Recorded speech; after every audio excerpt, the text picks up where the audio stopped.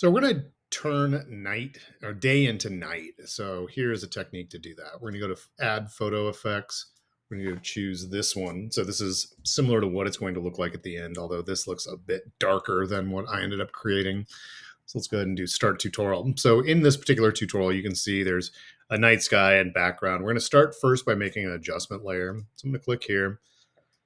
I'm going to go to hue and saturation, and with hue and saturation, it didn't really give us much. So what I'm going to do is I'm going to go ahead and start kind of playing around with this a little bit. We may have to come back to this one and mess with it a little bit, but I want to just kind of darken up the sky just a little bit.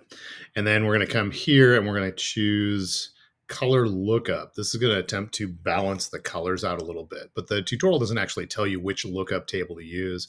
So I think the one that more than likely looks best is down here. There is one that is night from day. And what this does is it adds this kind of darker tint across the entire thing.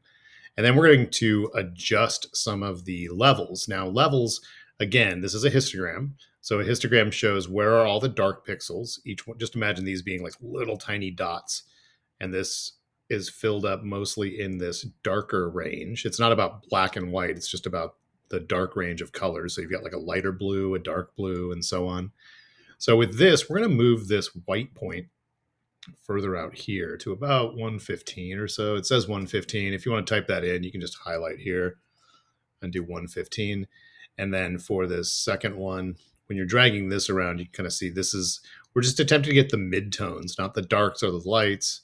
We're just trying to get the stuff that's in the middle. I want this to be about 85 or so. You could type it in there if you wanted to. And then you can click on next. And you can click on next. And so now that's added a more realistic transformation, but the sky definitely still looks a bit off. And I still think that this area looks a little bit off, but let's see what it looks like after we get the night sky. So what we're going to do is we're going to go back here. We're going to make sure we have the background selected because the background has all of the pixels. Those are just adjustments. And we're going to use Photoshop's automatic selection where it's going to look for, instead of the subject, but this time the sky. So that made a nice selection on the sky. And then now I can come up to this picture it's just a picture of night sky. And I'm going to put a mask on it. So we used this layer to make the selection, but we're putting the mask on this night sky layer. There we go. And I hit next. And then it lets me go. But I still think there might be a little bit of adjustments that could be made. We could actually come in and add additional adjustments up on top of it if we wanted to. So if we wanted to go in to do some curves, and I grab it from the middle here, I start to bring this down. That starts to kind of darken things up just a little bit. So it's a little bit more night sky. And I think it helped to kind of tone down some of the green that's in there. So I think that gives it a little bit more. This piece here, if you end up clicking too many times or you start dragging, it's really weird. You can just drag these off and start over again. I just kind of clicked in the center.